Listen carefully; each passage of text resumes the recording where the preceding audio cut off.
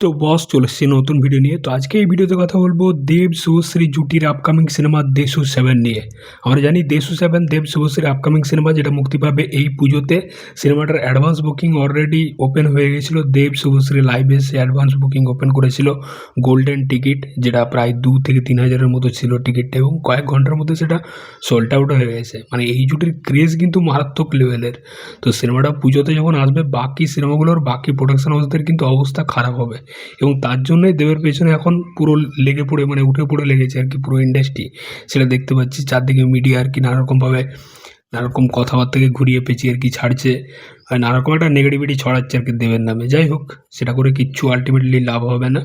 দেবের প্রচুর ফ্যান্স আছে এবং এই জুটির প্রচুর ফ্যান্স আছে, কারণ এই যে লাইভের যে অ্যাডভান্স বুকিংয়ের টিকিটটা, এই সিনেমাটার এখন কিচ্ছু আপডেট নেই। সিনেমার টাইটেল পর্যন্ত এখনও তারা ঠিক করতে পারেনি, যেটা আজ থেকে 9-10 মাস পর রিলিজ করবে পুজোতে।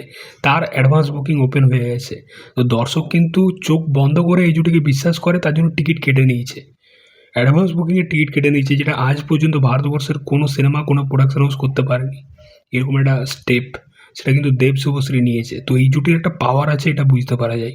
দেব শুভশ্রীর একটা হিউজ ফ্যান বেস আছে। তো দেবদা অলরেডি 2-1 দিন আগে আর কি একটা পোস্ট করেছে যে যারা গোল্ডেন টিকিট কেটেছিল দেশু 7-এর জন্য, তো তারা টিকিটটা কিন্তু ইন হ্যান্ড থিয়েটারে পেয়ে যাবে 5ই ফেব্রুয়ারির থেকে।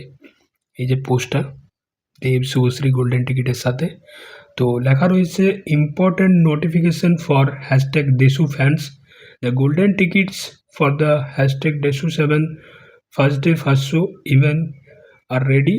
You will be able to collect your golden tickets from 5th February onwards from the respective theatre where you have made your booking. See you at the movies for a celebration like never before. এবং এই যে দেব শুভশ্রীর সেই ছবি যেখান থেকে লাইভটা করেছিল। তো দেখো, এই সিনেমাটার অ্যাডভান্স বুকিংটা এখন শুধুমাত্র মাল্টিপ্লেক্স এবং সিঙ্গেল স্ক্রিন থেকে হয়েছে। পিভিআর, আইনক্স, সিনেপলিস এগুলোর থেকে কিন্তু হয়নি। তার মধ্যে সিনেমাটা প্রায় 80% মতো হাউসফুল, অলমোস্ট ফুল হয়ে গেছে এখন থেকেই। তো সিনেমাটা একটা হিউজ ওপেনিং কিন্তু নিতে চলেছে, এটুকু 100%। প্রায় 10 লাখের মতো এখন যেটা দেখাচ্ছে, 10 লাখের মতো কিন্তু একটা ওপেনিং নেবে সিনেমাটা, শুধুমাত্র মাল্টিপ্লেক্স এবং সিঙ্গেল স্ক্রিন থেকে। তো এটা কিন্তু হিউজ, মানে মারাত্মক লেভেলের, পিভিআর, আইনক্স, সিনেপলিস বাদ দিয়েও। তো এই জুটির ক্রেজ কিন্তু ভাই অন্য লেভেলের। তো এই সিনেমাটা পুজোতে যখন আসবে, সিরিয়াসলি বলছি বাকি সিনেমাগুলোর কিন্তু খুব চাপ হতে চলেছে।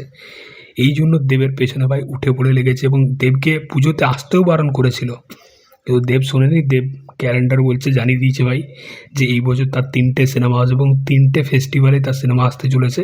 একটা 15 আগস্টে আসবে বাইক অ্যাম্বুলেন্স দাদা, পুজোতে আসতে চলেছে দেশু 7 দেব শুভশ্রীর, এবং ক্রিসমাসে আসতে চলেছে টনিক 2। তো দেবদা কিন্তু ক্যালেন্ডার জানিয়ে দিয়েছে, এবং তার দেশু 7 নিয়ে কিন্তু আমরা সত্যি বলতে এক্সাইটেড। দেব শুভশ্রীর সিনেমা বলে কথা, তাদের লাস্ট সিনেমাটা সেটাও একটা সুপারহিট সিনেমা ছিল, ধূমকেতু। এবং এই জুটি মানে একটা সুপারহিট জুটি, আমাদের ছোটোবেলা, আমাদের নস্টালজিয়া, যা খুব এক্সাইটেড। তবে যারা যারা গোল্ডেন টিকিট কেটেছিল অনলাইনে লাইভে, তারা কিন্তু টিকিটটা পেয়ে যাবে 5th ফেব্রুয়ারির থেকে। তোমরা যে সিনেমা হলে আর কি টিকিটটা কেটেছিলে, সেই সিনেমা হলে পেয়ে যাবে 5th ফেব্রুয়ারির থেকে। চলো, তোমাদের মতামত অবশ্যই জানাও এই বিষয় নিয়ে। চলো, দেখা হচ্ছে, টাটা, টেক কেয়ার।